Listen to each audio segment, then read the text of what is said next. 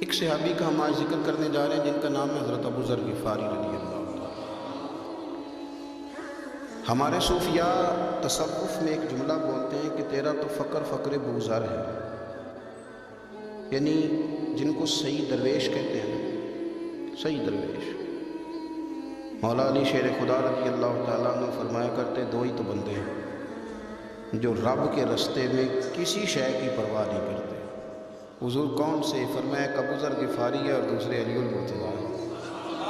مولا علی فرمایا کرتے یہ نا مسلمانوں میں سے چوتھے یا پانچویں مسلمان ہیں۔ شروع سے ایک سلیم الطبع آدمی، کچھ لوگ طبعاً بڑے نفیس ہوتے ہیں، طبعاً اللہ کی طرف سے شروع سے ان کا جو قبیلہ تھا بنو غفار وہ رہزنی کرتا تھا، لوگوں کو لوٹ لیتا تھا۔ شروع میں یہ کام کیا لیکن جب کچھ لوگوں کی چیخیں کانوں میں گئیں تو چھوڑ دیا، فرمایا نہیں یار طبیعت نہیں مانتا۔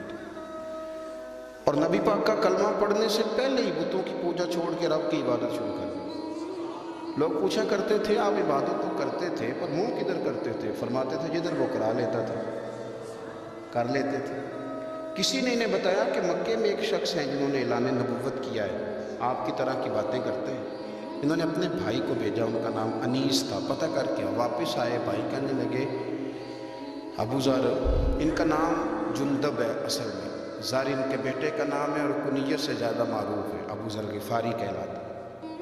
فرماتے ہیں کہ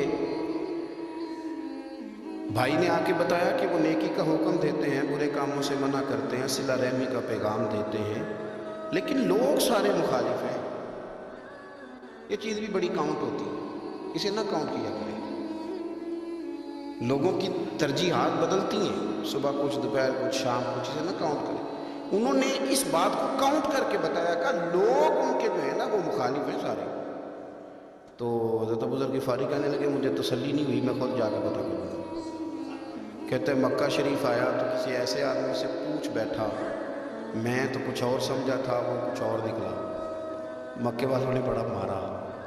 مکے پہنچ کے پہلی جو چیز ملی وہ مار کھانے کی تھی۔ اب میں ڈرتے کسی سے پوچھتا ہی نہ، بھوک بھی بڑی تھی، رہنے کو جگہ نہیں تھی، حرم شریف میں لیٹا رہتا تھا۔ میرے نصیب دیکھو، مجھے ایک شخص نے آ کے ہلایا، کہنے لگے اگر مناسب سمجھے تو میں آپ کو دیکھ رہا ہوں کافی دیر سے، آپ کوئی پردیسی ہیں، آپ کا اپنا مہمان نہ بنا لو۔ تو میں نے کہا آپ کا کیا نام ہے؟ کہنے لگے میرا نام ہے علی ابن ابی طالب۔ کہتے ہیں مولا کائنات گھر لے گئے، کھانا بھی کھلایا، جگہ بھی دی، سونے کو خدمت بھی کی، لیکن چونکہ میں تو پہلے سے پوچھ کے مار کھا بیٹھا تھا، میں نے پوچھا نہیں میں کدھر آیا ہوں۔ رات رہے، اگلی رات بھی رہے، لیکن میں نے بتایا نہیں میں کس کام آیا ہوں۔ حضرت ابو ذر غفاری رضی اللہ تعالیٰ عنہ کہتے ہیں خود ہی مولا علی نے پوچھا بتا سکتے ہو کیسے آئے ہو؟ میں نے کہا راز رکھ لو گے؟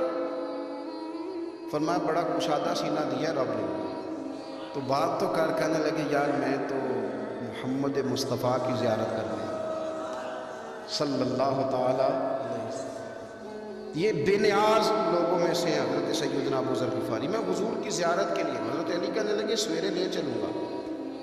انسان بزدل نہیں ہوتا، ہر انسان بزدل نہیں ہوتا، اور بلا وجہ ٹکراؤ کی پالیسی بنا لینا یہ بھی سیانے لوگوں کا کام نہیں۔ حکمت کے تقاضوں کے مطابق چلنا یہ بھی دلیر لوگوں کا کام ہوتا ہے۔ حضرت مولا علی کہنے لگے صبح لے کے چلوں گا پر حالات ٹھیک نہیں، شرارتی لوگ ہر جگہ ہوتے ہیں، اگر کوئی شرارتیوں کا ٹولہ ملا نا جو کھڑا ہوگا جاسوسی کرنے کے لیے کہ حضور کی طرف کون کون جا رہا ہے، تو میں نیچے جھکوں گا جوتے کا تسمہ ٹھیک کرنے کے لیے، لیکن آپ نے نہیں کھڑے ہونا، آپ نے چلتے رہنا تاکہ کسی کو شک نہ ہو۔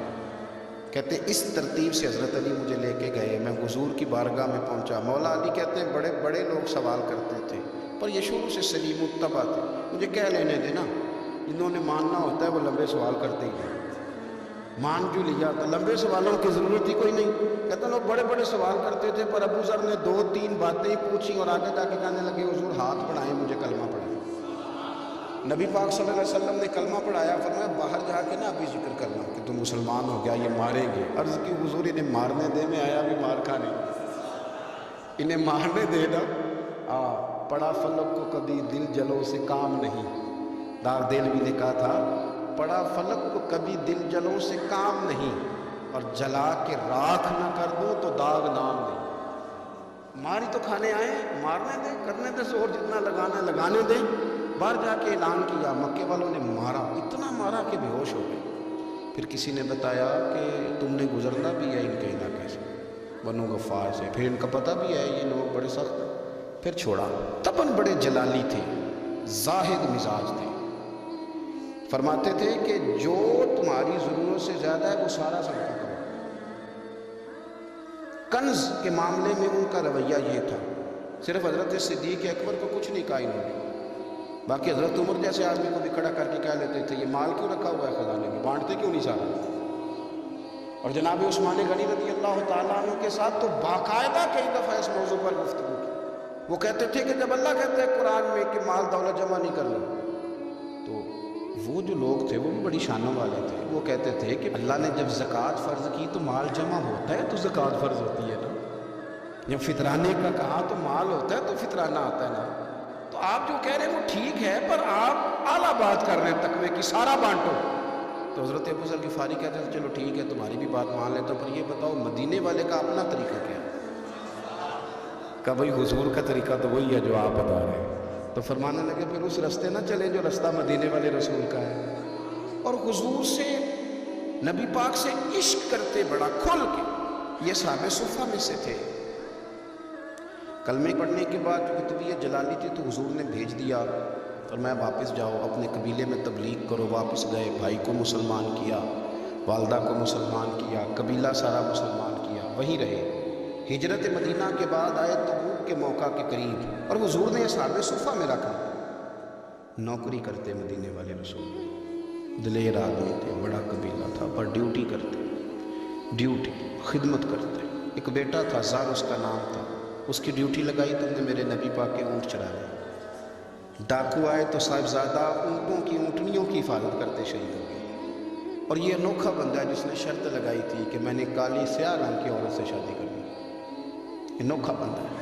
ایک بیٹی تھی ایک بیٹا، بیٹا شہید ہو گیا، بیوی سے کہا تم نے نبی پاک کے گھر میں خدمت کرنی، حضور کے گھر والوں، اور میں نبی پاک کی نوکری کروں، حضور کی خدمت کرتے، ہر وقت خدمت میں رہتے۔ اور حضور جب آتے نا، صحابہ صفہ میں یہ شامل تھے جو لوگ دین سیکھتے، حضور جب آتے تو سب سے پہلے آ کے حضرت ابو ذر غفاری کا پوچھتے، بلائیں، اور جب بات کرتے حضور تو بار بار ان کو مخاطب کر کے بات کرتے۔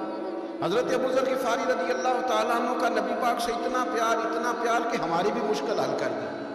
ابو داؤد شریف میں موجود ہے، ایک دن کہنے لگے یا رسول اللہ صلی اللہ علیہ وسلم، اگر کوئی بندہ کسی سے پیار بڑا ہی کرے پر اس جیسے عمل نہ کر سکے، کوشش کرے کرنا، لوگ ہمیں کہتے ہیں نا جی پیار بڑا عمل بھی تو کرو نا، بھی کرنا چاہیے، پر انسان ہے نا، غلطی بھی تو ہو ہی جاتی ہے۔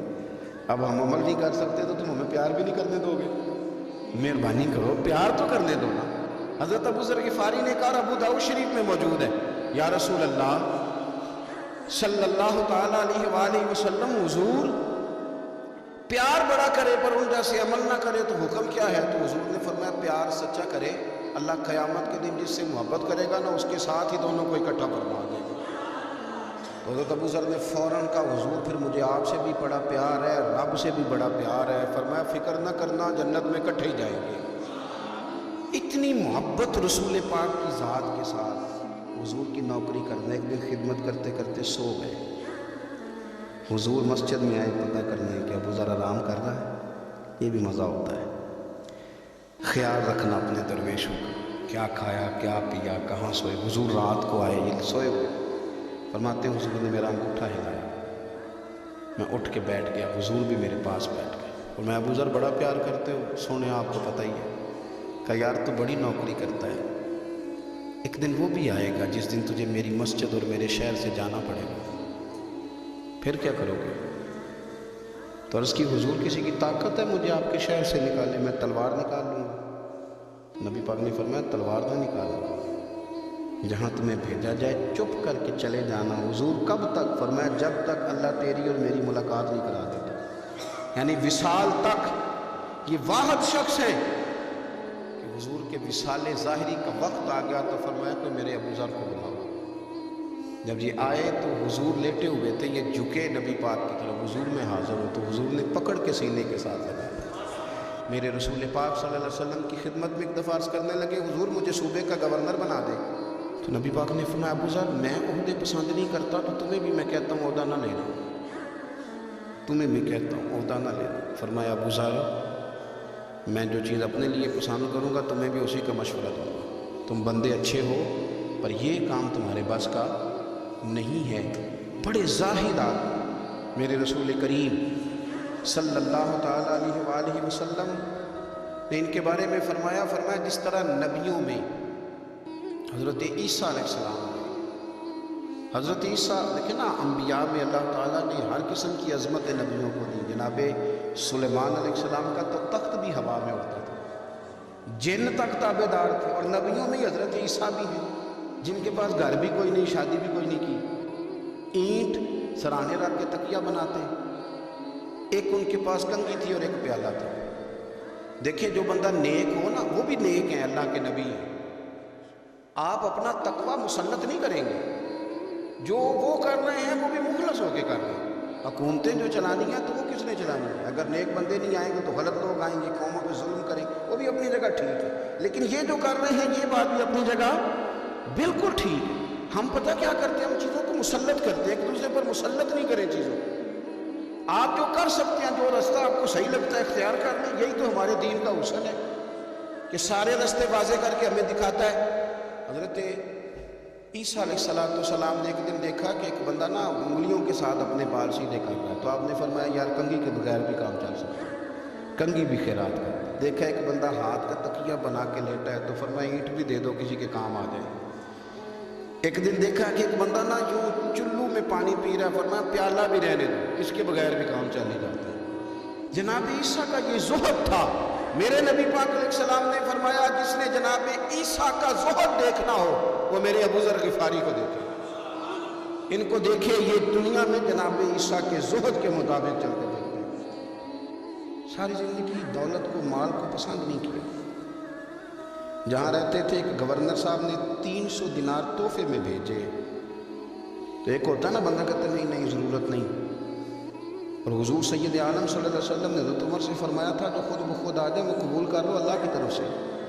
لیکن ان کا رنگ فقیری والا تھا اور تھوڑا انوکھا تھا. 300 دینار آئے تو فرمانے لگے اسے جا کے کہو تمہیں کوئی اور بندہ نہیں ملا دھوکہ دینے کے لیے، میرے گھر ہی مال بھیج دیا ہے. فرمانے لگے میرے پاس گدھا ہے سواری کرنے کے لیے، میرے پاس بکریاں ہیں دودھ پینے کے لیے، میرے پاس ایک چادر اضافی ہے سامان میں سے. میں تو ڈرتا ہوں کہ رب کہیں اس چادر کے بارے میں سوال کر دے، اور تم ہو کہ میرے پاس یہ لے کے آئے ہو. حضرت عثمان غنی کے پاس جا کے کہا کرتے کتنا لوگوں کے پاس پیسہ آ گیا، ہر بندے کے گھر میں مال ہے، یہ کیا ہو رہا ہے، لوگوں سے کیا خرچ کرے غریبوں پہ. عثمان غنی فرمانے لگے تمہیں تو خوش ہونا چاہیے کہ میرے دور میں لوگ خوشحال ہو گئے. آپ فرمانے لگے نہیں، وہ والا رنگ زیادہ بہتر ہے جو مدینے والے نے اختیار فرمایا، کیونکہ کچا رنگ للاری والا چڑھتا تے لیندا رہندا عشق تیرے دا رنگ جدوں چڑھ جائے پھر نہیں لے. آپ کی طبیعت کے اندر دولت سے بیزاری.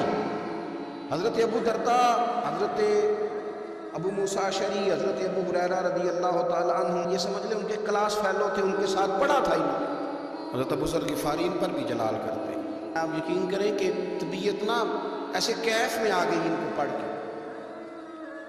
ان کو پڑھا جب کچھ دنوں سے تو کچھ انوکھا، یہ انوکھی وجہ ہے، سارے زمانے سے نرالے ہیں. یہ بندے کون سی بستی کے یار اب رہنے والے ہیں، یہ کس طرح کے لوگ ہیں، کیا سوچ ہے. حضرت ابو درداء رضی اللہ تعالیٰ عنہ کے گھر کے قریب سے گزرے تو حضرت ابو درداء مکان بنا رہے تھے. کیا جملہ کہا، تڑپ گئی روح. فرمانے لگے ابو درداء تجھ سے مجھے بھی امید نہیں تھی یار. فرمایا کیا ہوا؟ فرمانے لگے اب تیرا مکان بنانے کے لیے بھی اللہ کے بندوں کی پشتوں پر اینٹیں رکھی جائیں گی. تیرا مکان بنانے کے لیے رب کے بندوں کی پشتوں پر اینٹیں تیرے لیے. حضرت ابو درداء نے گردن جھکا لی. فرمایا یار جہاں تم ہے نا تو بالکل ہی ٹھیک کہتے. کیوں؟ میرے نبی پاک صلی اللہ علیہ وسلم نے فرمایا اس زمین کے اوپر اور آسمان کے نیچے ابو ذر غفاری سے سچا بندہ کوئی، ان سے زیادہ سچا. میں تو ٹھیک کہتا ہے یار، صحیح کہتا. حضرت ابو موسیٰ اشعری رضی اللہ تعالیٰ عنہ کو گورنر بنا دیا گیا عراق کا. اب حضرت ابو موسیٰ اشعری صحابہ میں ایک بڑے جلیل القدر صحابی ہیں اور ان کی عظمتیں، رفتیں، بلندیاں کیا کہنا، بڑی گہری دوستی تھی. لیکن جب وہ گورنر بن گئے نا تو آپ نے فرمایا بس بھائی اب تو نے عہدہ لے لیا ہے، یہ بندے کو ٹھیک نہیں جانے دیتی، اب تو عہدے میں چلا گیا۔ بڑی مدت کے بعد ملاقات ہوئی حضرت ابو موسیٰ اشعری کے ساتھ، وہ دوڑ کے آئے حضرت ابو ذر غفاری کے گلے ملنے، میرا بھائی میرا بھائی۔ فرمایا پیچھے ہٹ جا، میں نہیں تیرا بھائی، تو گورنر ہے، میں غریب آدمی ہوں، اپنا کام کر۔ پھر دوڑ کے آئے، فرمایا ابو ذر تو میرا بھائی ہے یار، اکٹھے پڑھتے تھے حضور۔ فرمایا نہیں، جا تو نہیں میرا۔ پھر آئے، جانتے تھے نا یہ سچا بندہ ہے، یہ سچا بندہ ہے، یہ تقریروں والا نہیں، صرف وعظوں والا نہیں، اس کے اندر بھی بڑی سچائی ہے۔ قریب آئے، آ کے کہا یار تو میرا بھائی ہے، میرے سینے لاگ۔ فرمانے لگے تو تیسری بار آیا ہے، مومن ہے، میں منہ نہیں موڑ سکتا، پر پہلے مجھے بتا گورنر بننے کے بعد تو نے مکان کتنے بنائے، باغ کتنے لگائے، چکیاں کتنی لگائی، کتنے تو نے چیزیں بنائی ہیں، پہلے بتا۔ تو حضرت ابو موسیٰ اشعری نے ان کا ہاتھ پکڑا، رونے لگے، کہنے لگے جس محبوب سے تو نے تربیت لی ہے، میں بھی انہی کا نوکر ہوں، جن کپڑوں میں میں عراق گیا تھا میرے ہاتھ بھی وہی ہیں۔ کیا بات کرتا ہے تو میرے وہی ہیں، مجھے بتا اگر یہ عہدے خدمت کے ہم نہیں لیں گے تو پھر کیا ظالموں کو دیں گے، غیروں کو دیں گے؟ نہ کا کچھ نہیں بنایا۔ حضرت سیدنا ابو موسیٰ اشعری رضی اللہ تعالیٰ عنہ روئے، اور جب کہا نا کوئی شے نہیں میرے پاس، تو فرمایا اچھا چل آ جا، پھر سینے لگ جا، تو واقعی میرا بھائی۔ پھر حضرت ابو ذر غفاری نے محبت فرمائی، وہ درویشی، وہ فقیری، وہ سادگی، وہ نورانیت، وہ دل کے ساتھ اندر۔ ہمارے تو بہت سارے لوگ ہیں جو کہتے ہو کہاں لے جانا ہے مال، کیا ضرورت ہے مال کی، ہر وقت مال کی مخالفت کرتے ہیں، لیکن دل ان کا کہتا ہے کہ آئے صحیح کسی طریقے سے، پہنچے صحیح۔ حضور نے فرمایا بعض لوگوں کی زبانیں شہد سے زیادہ میٹھی، دل بھیڑیے سے زیادہ خطرناک، اوپر سے کہہ کچھ رہے ہیں اندر حالات کچھ اور ہیں۔ لیکن حضرت ابو ذر غفاری رضی اللہ تعالیٰ عنہ دوری دولت سے، آپ فرماتے کیوں ہے لوگوں کے پاس مال، کس لیے اتنا مال جمع کیا ہے؟ کیا ساری غریبی ختم ہو گئی ہے، غربت مٹ گئی ہے ساری؟ کیوں لوگ مال بناتے ہیں؟ ایک اور آپ کے کلاس فیلو تھے جو بصرے کے گورنر بنے، عبداللہ بن عامر رضی اللہ تعالیٰ۔ ایک صاحب سے ملاقات ہوئی، جناب نافع تائی ان کا نام تھا، تو حضرت ابو ذر غفاری سے بڑے شوق سے ملنے آئے، حضور کے صحابی سمجھ کر کے۔ فرمایا کہاں کے رہنے والے؟ کہا میں تو بصرے کا رہنے والا ہوں۔ فرمایا وہاں میرے ایک کلاس فیلو ہیں عبداللہ بن عامر، کہا وہ تو آج کل گورنر ہے۔ فرمایا میرا ایک پیغام دے دو گے اس کو جا کے؟ کہا حضور دے دوں گا۔ فرمایا اسے جا کے کہنا تو گورنر بن کے بھی زندہ ہی ہے، اور میں پانی کا پیالہ پیتا ہوں، کھجور کھاتا ہوں، اور رب کی عبادت کرتا ہوں، میں بھی تو زندہ ہی ہوں، تو بھی زندہ ہی ہے، اس سے آگے کچھ نہیں۔ اور میں کھجور کھاتا ہوں، پانی کا پیالہ پیتا ہوں، میں بھی تو زندہ ہوں نا۔ اللہ اکبر۔ نافع تائی کہتے ہیں اس پیغام کی سمجھ نہیں آئی، لیکن میں لے کے گیا۔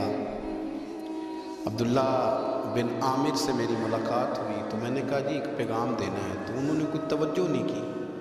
جب میں نے بتایا نا کہ حضرت ابو ذر غفاری کا پیغام ہے تو ان دونوں آنکھیں کھول دی، کہنے لگے جلدی بتاؤ انہوں نے کیا کہا ہے۔ فقر اور درویشی کے رستے پہ چلنے والوں کے امام سیدنا ابو ذر غفاری نے کیا کہا ہے؟ تو کہتے ہیں مجھے پاس بٹھا لیا، شفقت فرمائی، کہنے لگے اب بتاؤ انہوں نے کیا کہا ہے؟ تو عرض کرنے لگے انہوں نے کہا ہے کہ تو گورنر ہے، تو بھی زندہ ہے، اور میں کھجور کھاتا ہوں، پانی پیتا ہوں، رب کو یاد کرتا ہوں، میں بھی تو زندہ ہی ہوں نا۔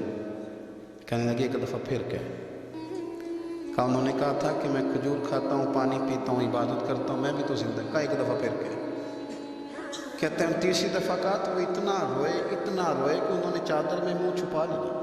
کہنے لگے یار وہ ٹھیک ہی کہتا ہے، وہ صحیح کہتا ہے، اتنا مال، اتنے عہدے، اتنی چیزیں، اتنا کچھ جمع کر کے رکھا ہے، ان کا حساب دینا، ان چیزوں کی اللہ کے حضور کیا عذر پیش کریں گے، کس طرح رب کی بارگاہ میں بتائیں گے، کیا وجہ تھی، کن چکروں میں ہم نے زندگی گزار دی۔ سیدنا ابو ذر غفاری رضی اللہ تعالیٰ عنہ نے اپنی حیات مبارکہ ساری کی ساری فرماتے تھے کہ ہم نہیں عمل کریں گے تو کون کرے گا؟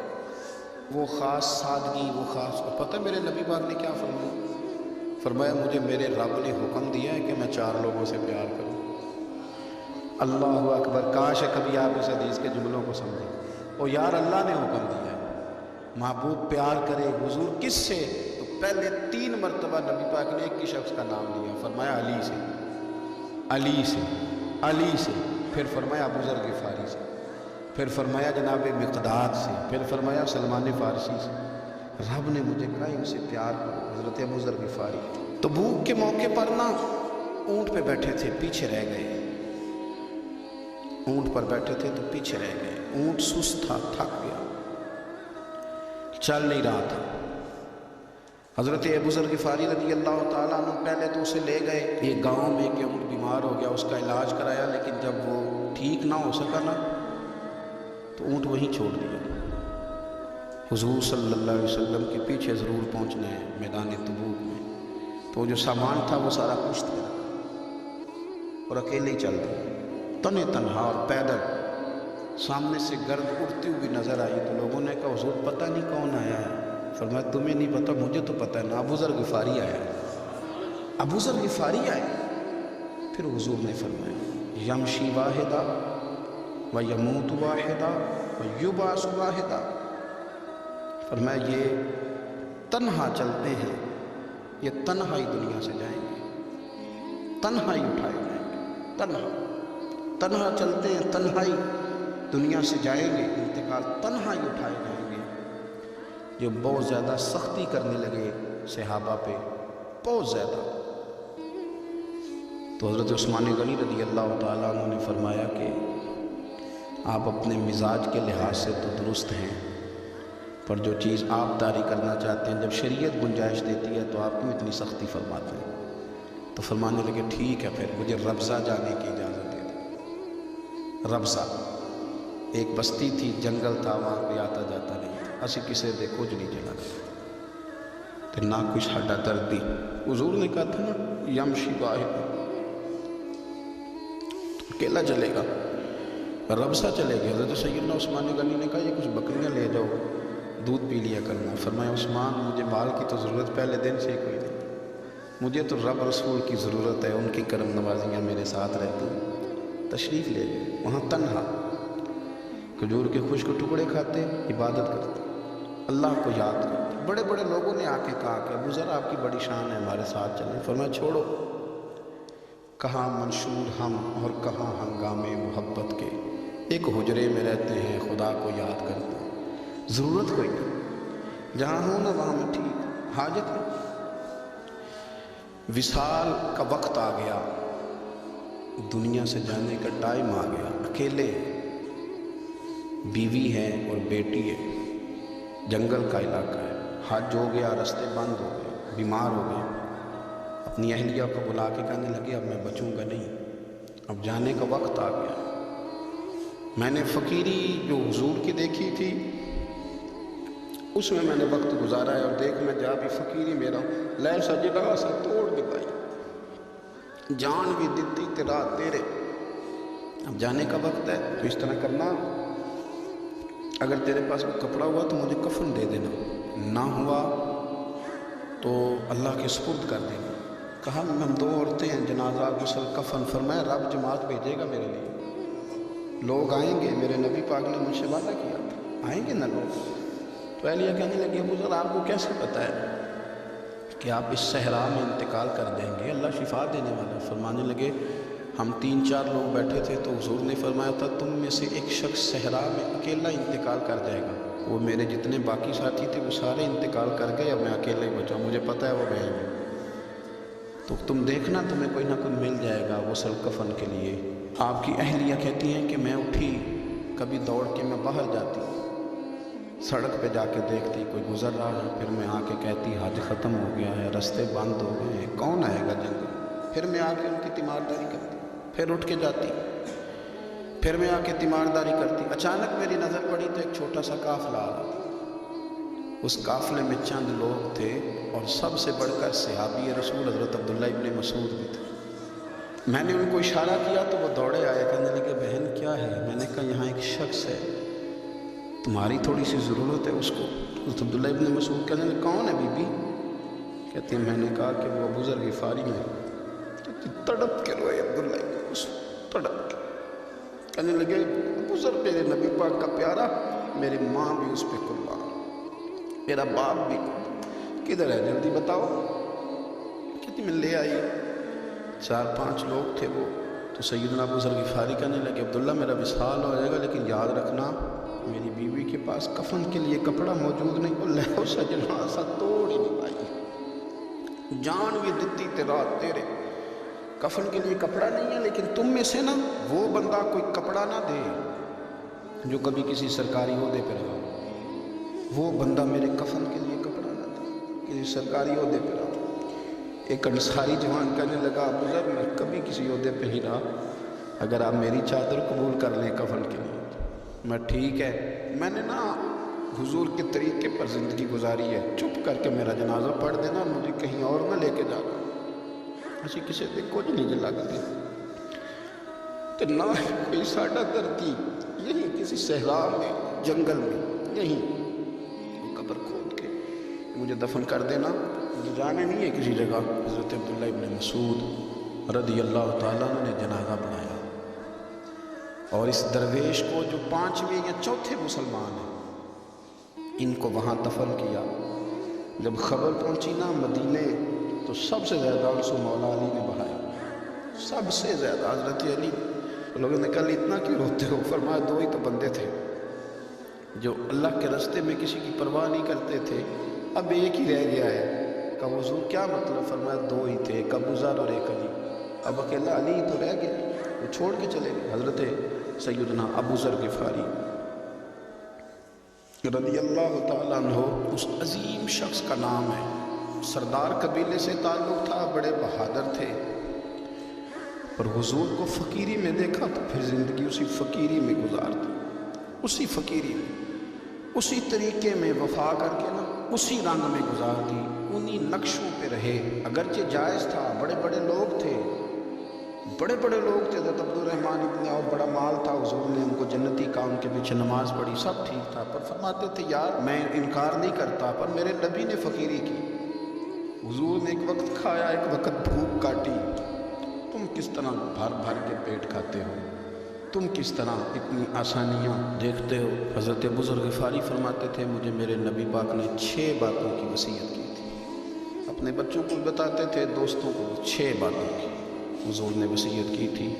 سب سے پہلے حضور نے فرمایا تھا ابوذر مسکینوں سے محبت کرتے رہنا۔ دوسرا نبی پاک صلی اللہ علیہ وسلم نے فرمایا تھا جب بھی دیکھنا نیچے والوں کو دیکھنا، اوپر والوں کو نہ دیکھنا، مالداروں جاگیرداروں پہ توجہ نہ کرنا، ذہن خراب، نیچے دیکھنا، غریبوں کی طرف توجہ رکھنا۔ تیسرے نمبر پر نبی پاک صلی اللہ علیہ وسلم نے فرمایا تھا ہر حال میں حق بات کہنا اگرچہ وہ کڑوی ہو۔ چوتھے نمبر پہ میرے محبوب نے فرمایا تھا اللہ کے معاملے میں کسی کی پرواہ نہ کرنا، کوئی کیا کہتا ہے کہتا رہے، تم رب کے راستے پہ چلتے رہنا، ملامت کی پرواہ نہ کرنا۔ اور 5ویں نمبر پر میرے نبی پاک نے مجھ سے کہا تھا اگر رشتہ دار تجھ سے تعلق توڑے بھی نہ تو جوڑ کے رکھنا، صلہ رحمی نہ چھوڑنا۔ اور 6 نمبر پر حضور نے فرمایا تھا اللہ کے عرش کے خزانوں میں سے خزانہ ہے لا حول ولا قوت الا باللہ العلی العظیم۔ حضور نے فرمایا اسے پڑھتے رہنا، اسے کبھی نہ چھوڑنا۔ اے اللہ ان نیک اور پاک لوگوں کا